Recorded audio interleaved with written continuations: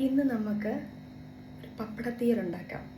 അതായത് ചോറിന് കറിയൊന്നും ഇല്ലാത്തപ്പോൾ വളരെ എളുപ്പത്തിൽ തയ്യാറാക്കാൻ പറ്റിയ സിമ്പിളായിട്ടുള്ള പപ്പടത്തീയൽ എങ്ങനെ ഉണ്ടാക്കുന്നത് നോക്കിയാലോ. എന്നാൽ വീഡിയോയിലോട്ട് പോയാലോ.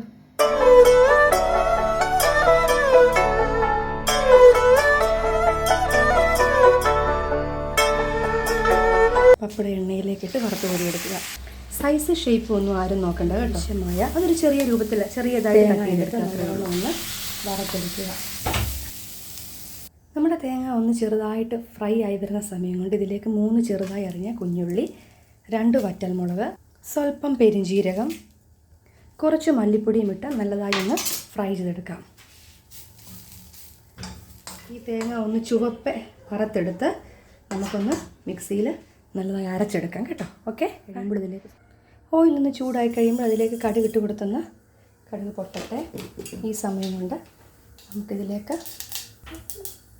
കടുക് ഒന്ന് പൊട്ടിക്കഴിഞ്ഞ് നമുക്കിതിലേക്ക് കുനുകുന അരിഞ്ഞ് വെച്ചിരിക്കുന്ന നമ്മുടെ കൊച്ചുള്ളി എടുക്കാൻ പറ്റുക. അതിനുശേഷം കറിവേപ്പില, 2-3-4 വറ്റൽമുളക്, ഇതിലേക്ക് സ്വല്പം മഞ്ഞൾപ്പൊടി ആഡ് ചെയ്യാം. ഓക്കെ, താളിക്കാനുള്ളതൊക്കെ റെഡി ആയി കഴിയുമ്പോഴത്തേക്ക് നമുക്കിതിലേക്ക് അരച്ച് വെച്ചിരിക്കുന്ന തീയലിൻ്റെ അരപ്പ് ഇതിലേക്ക് ആഡ് ചെയ്ത് കൊടുക്കാം.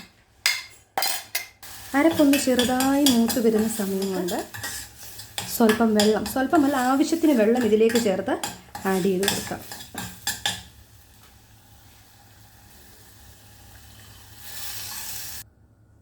ഈ സമയം നമുക്ക് കറിയിലേക്ക് ആവശ്യത്തിനുള്ള ഉപ്പ് ചേർത്ത് കൊടുക്കാം. വളരെ കുറച്ചേ ഉപ്പ് ഇതിലേക്ക് ആഡ് ചെയ്യാൻ പാടുള്ളൂ. കാരണം എന്നു ചോദിച്ചാൽ പപ്പടത്തിന് ആവശ്യത്തിന് ഉപ്പുണ്ടല്ലോ. കറി നല്ലവണ്ണം ഒന്ന് തിളച്ച് കഴിയുമ്പോൾ ഇതിലേക്ക് നമ്മൾ വറുത്ത് വെച്ചിരിക്കുന്ന പപ്പടം ആഡ് ചെയ്ത് കൊടുക്കുക.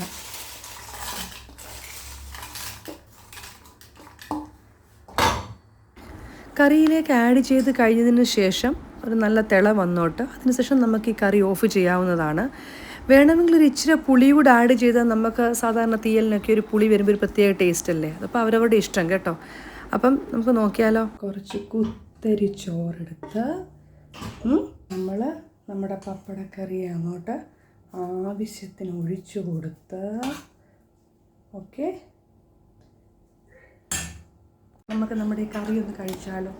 ഉണ്ടാക്കിയാൽ തന്നെ പോരല്ലോ. ഇത് സൂപ്പറാണ്.